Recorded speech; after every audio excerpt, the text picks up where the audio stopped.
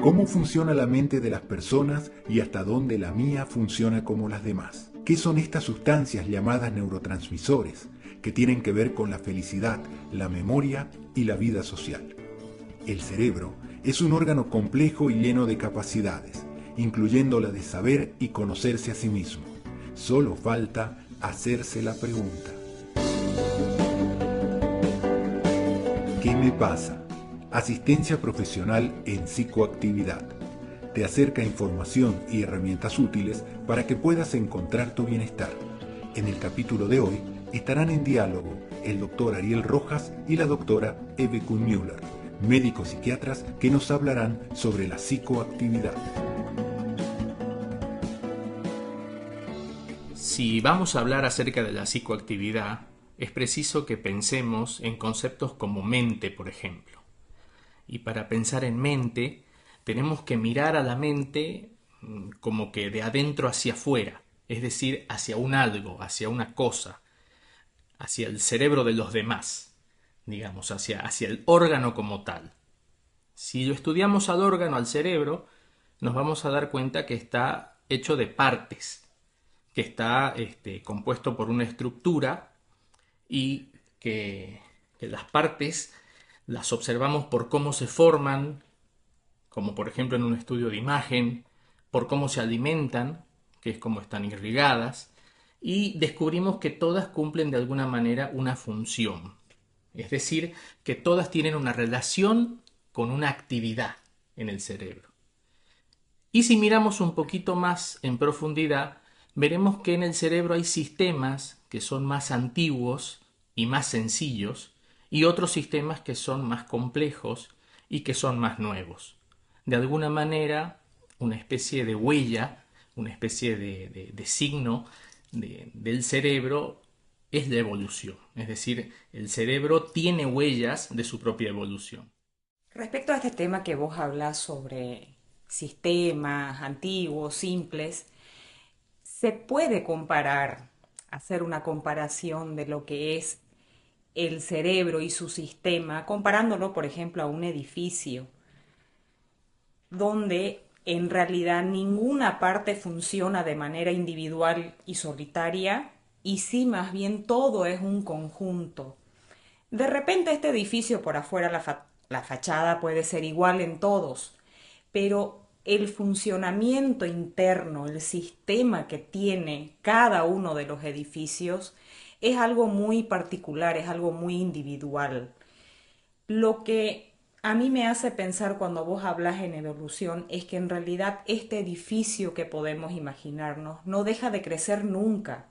O sea, no deja de evolucionar, de aprender, de relacionarse y por lo tanto cada vez se hace más complejo y más específico.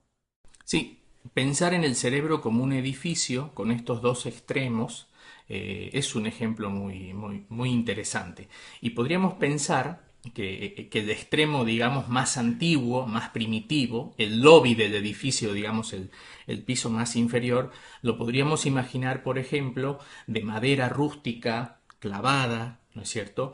Todo de un estilo muy antiguo y que vendría a representar la parte del cerebro que se encarga de aquello más reflejo, más involuntario. Es decir, si por ejemplo con la mano toco algo que está muy caliente, hasta que la información viaje hasta la corteza frontal y de ahí se analice y se decida que tengo que retirarla para no lesionarme, pasaría un tiempo que sería contraproducente. Por tanto, es más útil tener una acción directa de manera refleja que ocupe dos neuronas, una que va y una que viene, que me haga retirar la mano cuando empieza a quemarse. Entonces hay muchísimas cosas, a partir de ese ejemplo sencillo nos podemos imaginar muchas otras, y procesos que están automatizados, como por ejemplo respirar, como por ejemplo comer, como por ejemplo orinar, que implican una gran cantidad de sistemas y órganos que trabajan de forma conjunta, pero refleja de alguna manera, o sea, tienen un lado involuntario e inconsciente, y que están representadas por esa parte inferior del edificio, ¿no? Por el lobby. Podríamos decir que en esa parte del cerebro nos parecemos, por ejemplo, a la gran cantidad de los animales de la naturaleza. Somos indistinguibles de ellos. a diferencia de la parte más evolucionada que sería como el penthouse. Y acá te podés imaginar como una sala de control llena de puertas electrónicas, botones modernos, cosas que se abren, focos que se prenden. A ver, lo podés comparar al centro de control de una nave espacial, por ejemplo. ¿Para qué sirve el penthouse, esta parte más superficial de nuestro cerebro? Básicamente para recoger, sintetizar, elaborar y poder dar una posterior respuesta planificada de acuerdo al medio ambiente en el que me encuentro en ese momento.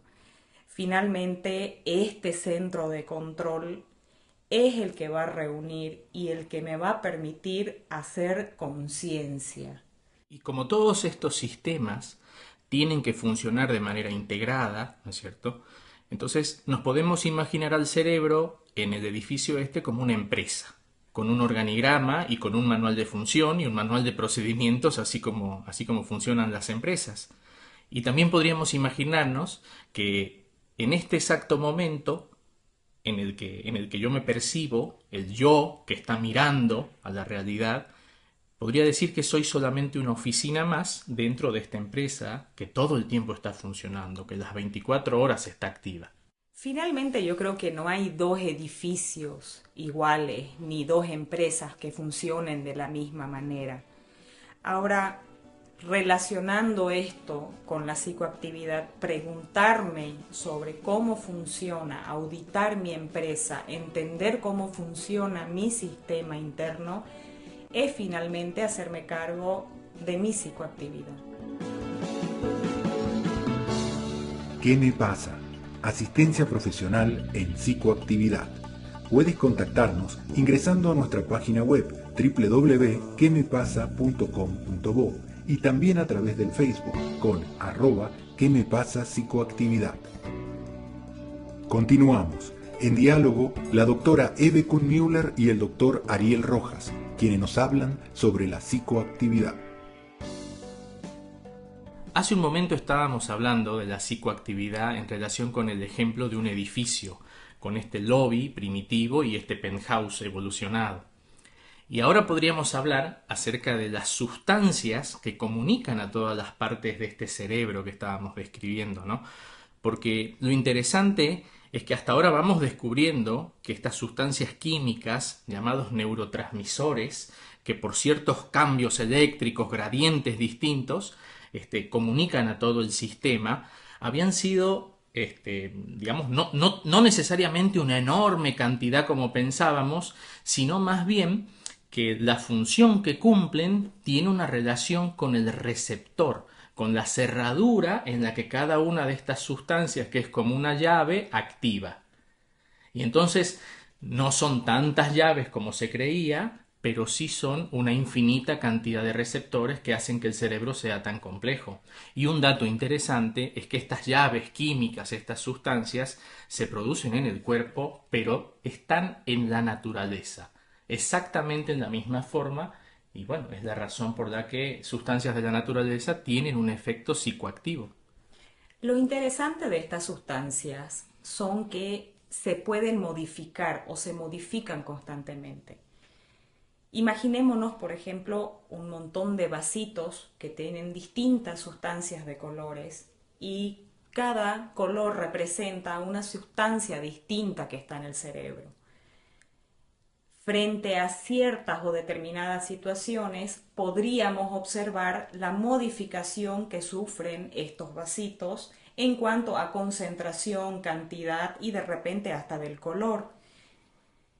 Finalmente, la conducta, el pensamiento, el sistema está influenciado por la cantidad y el equilibrio que existe entre estas distintas sustancias. Hablamos entonces de algunas sustancias. Se me ocurre, la primera de todas, la más común y la que probablemente recordemos, la adrenalina, ¿no? Y honor adrenalina, que es algo que las personas también pueden escuchar, pero que para el fin que buscamos es indistinto. Nos referimos a adrenalina, que es un neurotransmisor súper activo nos imaginamos un acto de gran fortaleza, de gran intensidad cuando pensamos en él, un cambio muy importante, y es porque es como la sustancia volátil del cerebro, es como ese combustible que usa el lobby del cerebro para activarse cuando tiene que reaccionar ante el entorno. Es como que el neurotransmisor que relaciona al cerebro con el entorno y que está siempre dispuesto a realizar muchos cambios en el cuerpo para defenderse del entorno y que también luego baja el nivel de actividad para poder relajarse. A diferencia de la adrenalina, la serotonina más bien trata de regular funciones del cuerpo y está presente en varias de ellas, como por ejemplo el latido cardíaco, la digestión. Ahora, lo interesante es que cuanto mayor es su concentración, más bien resulta que el cuerpo entra en un estado de relajación, se anula la tensión. La serotonina también podemos observarla que cuanto mejor es la concentración, mejores son las funciones tanto de atención como de concentración, además de poder experimentar más felicidad y sentirnos más alegres. Otros neurotransmisores, como por ejemplo la dopamina, son responsables de una especie de circuito de aprendizaje del cerebro que premia los resultados de ciertas funciones reforzándolas con placer. Es como una especie de autoaprendizaje del cerebro. La dopamina está relacionada con este tipo de experiencias, por un lado, y últimamente se está investigando mucho al sistema cannabinoide, que tiene unos receptores muy interesantes que al parecer regulan la intensidad de todas las experiencias, lo que también, de alguna manera, implica un avance enorme en entender cómo el cerebro es capaz de enfrentar la realidad modificando parámetros. Aparte de las que ya mencionamos, hay muchas otras, por ejemplo, las leptinas que se comunican directamente entre el cerebro y el estómago y son las que se encargan básicamente de encargarnos cuando tenemos saciedad. Tenemos el cortisol, que es un corticoide natural producido por el cuerpo que actúa, por ejemplo, en procesos de inflamación, y podemos citar a muchos otros. Y un ejemplo más de los neurotransmisores que utiliza el cerebro, por ejemplo, son los que tienen que ver con el dolor. Hay unos receptores en el cerebro que bloquean el dolor y que pueden actuar cuando una persona, por ejemplo, tiene que padecer un dolor intenso que va a impedir que pueda desplazarse y salvarse de una lesión o un daño mayor. El cerebro es capaz de bloquear dolores muy intensos y hacer que la persona no sea consciente de la lesión que ha padecido, por ejemplo.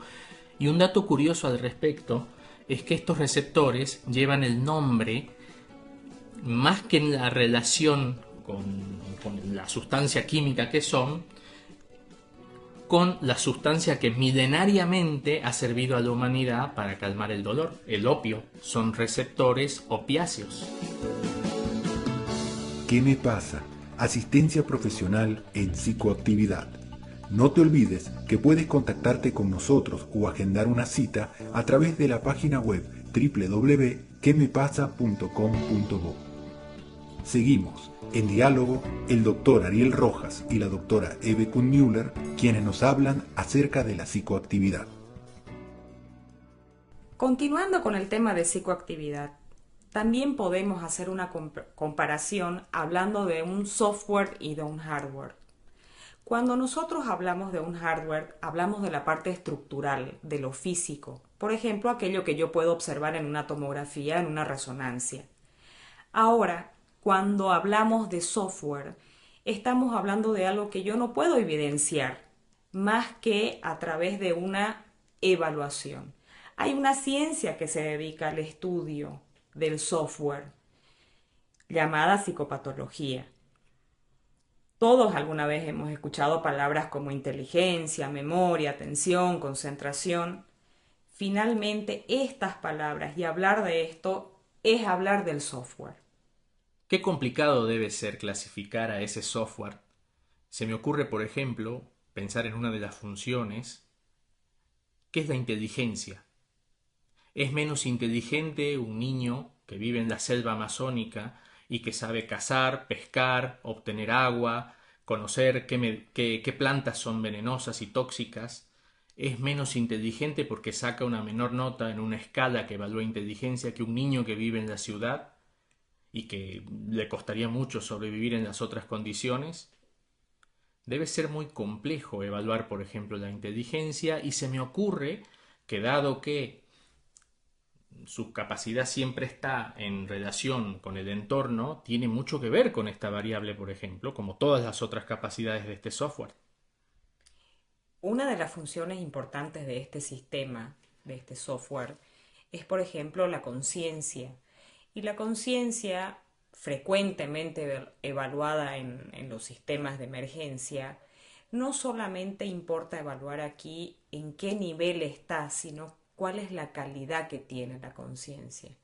O sea, cómo funciona este centro de control en mi penthouse, cómo está estructurado y qué tanto está recibiendo y devolviendo información.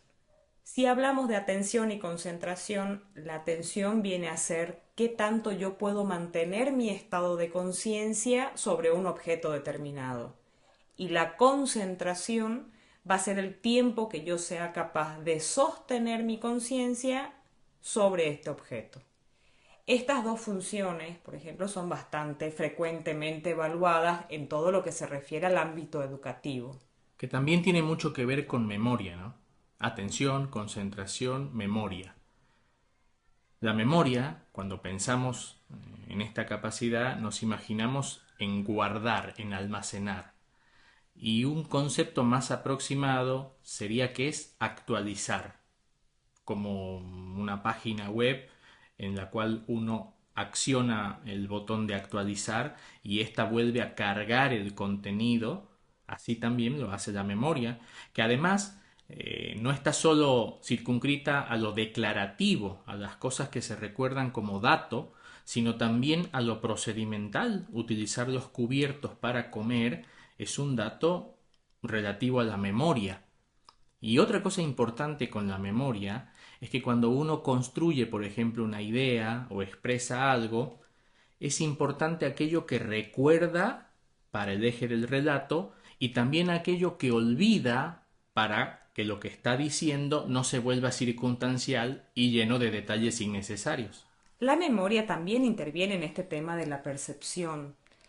La percepción es fundamental dentro de este sistema que estamos manejando en la psicoactividad. Nuestro cerebro está conectado todo el tiempo a su entorno, lee a través de los órganos de los sentidos y llega constantemente información, tanto del entorno externo como de mi propio cuerpo. Finalmente, toda esta información recogida va a ser procesada, analizada, clasificada, filtrada, para poder dar una respuesta muchas veces ya en base a lo aprendido, a lo que está en nuestra memoria. Sucede esto muchas veces de que vemos una palabra y la terminamos de leer y nos equivocamos, por ejemplo. La percepción finalmente termina siendo muy personal. Percibimos las cosas de un modo personal. Cada quien percibe a su manera. Si todo este complejo conjunto de funciones está todo el tiempo variando porque interactúa para adaptarse con un entorno, el resumen, digamos, el resultado de la suma de todas estas funciones tendrían que ser las decisiones que se toman en contacto con el entorno, lo que nosotros llamamos el juicio de la realidad. Este juicio, entonces, parece depender de que todos estos parámetros tengan de alguna manera un balance adaptativo. Creería también que en cada oportunidad en que nos relacionamos con las demás personas, estamos, de alguna manera y de forma inconsciente, tratando de evaluar el conjunto de funciones mentales del otro para tratar de predecir su capacidad de juicio. Esto es algo que nosotros también hacemos cuando buscamos entender la psicoactividad personal en cada persona, en cada sujeto, en cada individuo. Me pregunto, por ejemplo, si habrá diferencia entre el sistema operativo femenino y masculino, por ejemplo. ¿Qué me pasa? asistencia profesional en psicoactividad. Puedes contactarnos a través del Facebook buscándonos con @que me pasa psicoactividad y también a través de nuestra página web www.quemepasa.com.bo. Continuamos. En diálogo, el doctor Ariel Rojas y la doctora Eve Kuhnmüller. Hace un momento nos estábamos preguntando si existiría alguna diferencia objetiva en cómo está configurado el software en una lógica masculina y en una lógica femenina. Dado que existen ciertas diferencias estructurales, como que por ejemplo en el cerebro de las mujeres el cuerpo calloso, que es la estructura física que une los dos hemisferios, suele ser un poquito más grande, solemos decir que la lógica masculina es más focalizadora y la lógica femenina es más integradora. Eso sería un ejemplo práctico como decir que la lógica masculina ve la realidad como si ésta estuviese toda nublada o cubierta por un esmeril, en el cual hay un foco que en cambio se ve de manera muy nítida y que puede ampliarse o hacerse más pequeño de acuerdo al grado de concentración que pone esta lógica masculina en el objeto y lo desplaza por toda la figura. En cambio, y en diferencia, la lógica femenina podría pensarse como un marco en el que se ve de manera nítida todos los componentes del entorno, pero lo anímico, lo emocional, parece teñir de color a esta imagen que de otra manera estaría en blanco y negro, y la intensidad y la distribución de este color parecen ser lo que orienta a la atención de esta lógica femenina sobre la realidad. Por ello, por ejemplo, una mujer suele tomar atención de detalles muy pequeños del entorno, como por ejemplo la hebilla del zapato de una persona presente, y la lógica masculina, a la pregunta del color de esa hebilla, se preguntará: ¿los zapatos llevan una hebilla? Distinto tipo de percepciones. Vos hablabas de lo afectivo. Y sí, evidentemente lo afectivo, el estado de ánimo, los estados de ánimo, interfieren bastante en las percepciones que uno pueda tener. Hay un cierto porcentaje de seres humanos que podemos tener percepciones distintas, distorsionadas, sin que esto necesariamente represente el término de locura. Por ejemplo, cuando uno está en la noche solo en la casa viendo una película de terror y de repente pasa por un pasillo donde hay un gancho, un colgador de ropas, nos puede dar la impresión de ver algo, distorsionar la realidad, influido por este estado de ánimo. O sea que las percepciones sí finalmente varían. También parece ser muy interesante una idea que circula, y es que los seres humanos utilizamos un porcentaje muy pequeño de nuestra capacidad cerebral y que nos deja la prerrogativa de que lo potencial sería gigantesco. Quizás esa comparación volumétrica no es tan útil como hacer una comparación con una especie de motor que sí, a mayor inyección y consumo de combustible, es capaz de elevar sus revoluciones y tener por tanto una aceleración distinta, y a un consumo menor bajar estas revoluciones. Y es probable que el cerebro, la actividad psicoactiva, la psicoactividad, tenga todo el tiempo este cambio en el balance. Por ejemplo, para ser prácticos, cuando una persona está durmiendo en la etapa de sueño REM, que es cuando los ojos se mueven debajo de los párpados, se suele registrar en la actividad electroencefalográfica mayor actividad que incluso cuando se está despierto. Hay también una alteración en la psicoactividad cuando hablamos, por ejemplo, de la psicosis, que sería una falla en la sala de control. Directamente se corta la comunicación o esta funciona de manera muy desorganizada. Ahí nosotros vamos a evidenciar algo que conocemos como alucinaciones o delirios, que son alteraciones de cómo yo estoy percibiendo el medio ambiente.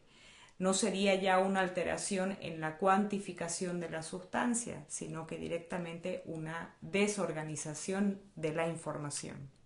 Y en el otro extremo nos podemos preguntar, ¿vivir sano o vivir feliz? Quizás la respuesta tenga que ver con la lógica de que un motor está hecho para andar, un cerebro está hecho para funcionar.